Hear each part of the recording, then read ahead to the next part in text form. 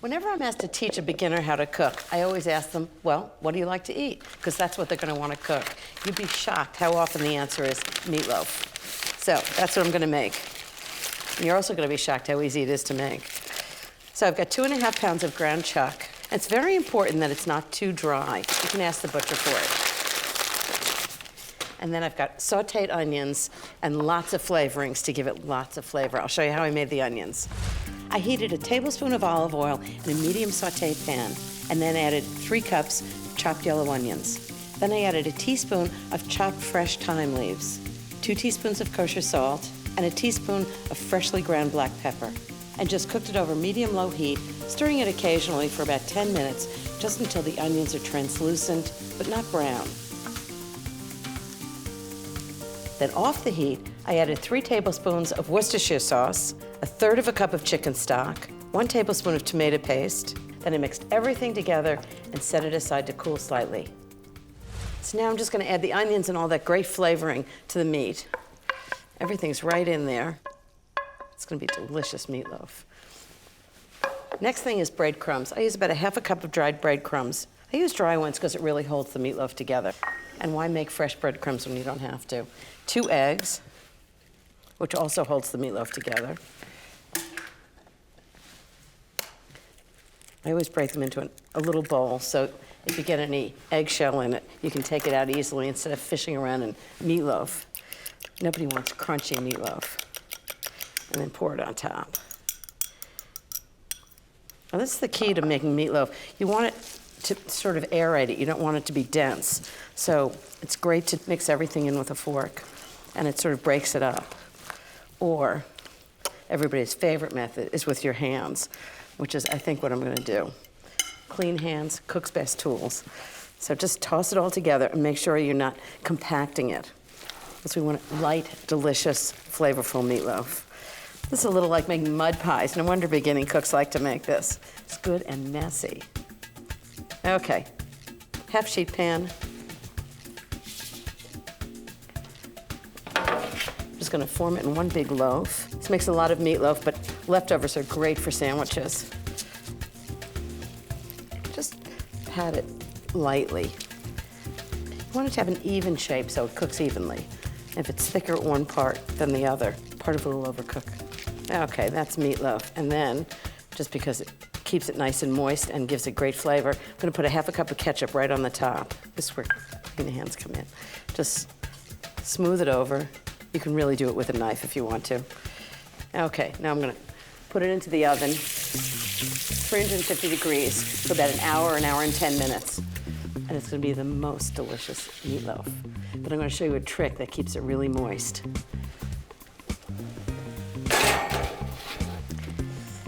And this is a key detail. Nobody wants meatloaf that's dry and cracked on the top, but if you get a pan, fill it with very, very hot tap water and put it underneath, you'll have moist, delicious meatloaf every time. I guarantee it.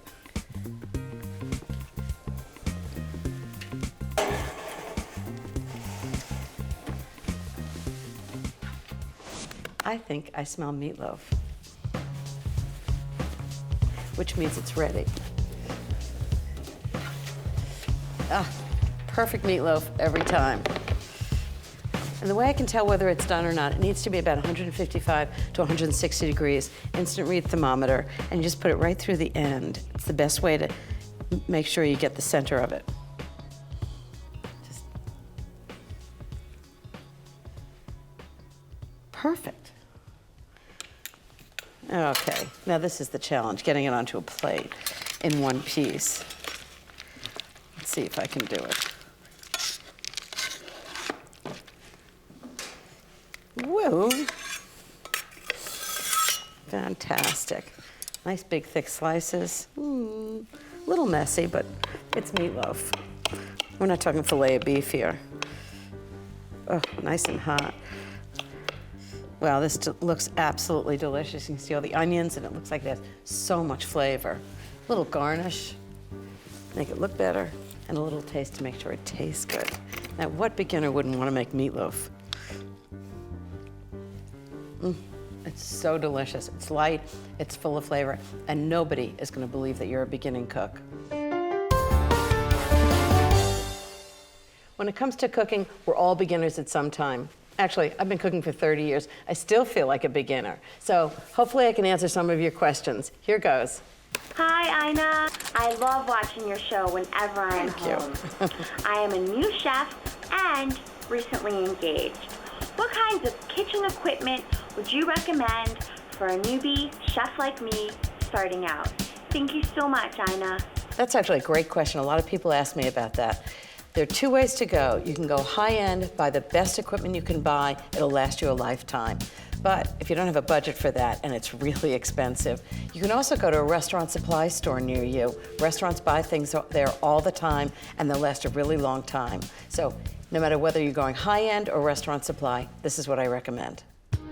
First, pots and pans. This is what you need. A big stock pot for soups and stocks, a medium saute pan, 2 saucepans, I think 1 big, 1 small, and a half sheet pan. It's really important. Next are knives. You need a bread knife, which has a nice serrated edge, a chef's knife, whether a big one or a small one, whatever you're comfortable with, a paring knife, and a slicing knife. Then general equipment. You'll need a chopping board, a set of graduated bowls. I actually buy 10 for $35. They're fantastic. And a grater. Doesn't have to be fancy. It can come from the hardware store. For baking, you'll need a set of cake pans. You need spoons and cups for dry measures. You'll need glass measuring cups for wet measures.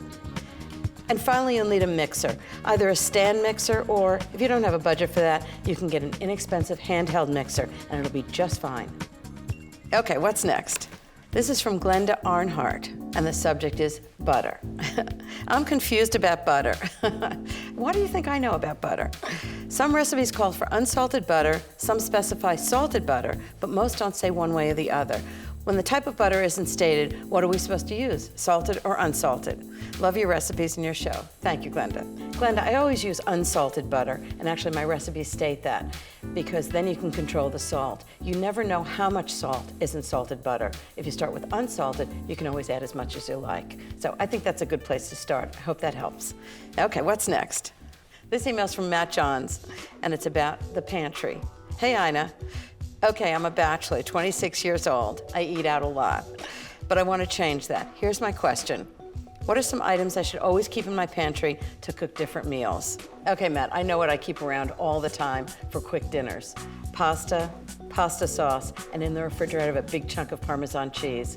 And that way you can always add whatever you want to it. You can stop and get a piece of chicken on the way home, shred it into it. You can put tuna in it. You can add anything you want. If there's broccoli in the refrigerator, you can add that, and you can have lots of different meals, and they'll all be good for you. This email is from Leslie Mills Santos, and the subject is beans. This may seem like a silly question, but I'm a novice baker. There's no such thing as a silly question. The question that's been vexing me is, what do you do with the beans that you use to pre-bake the tart shell? Can you reuse the beans, or does the cooking process make them inedible?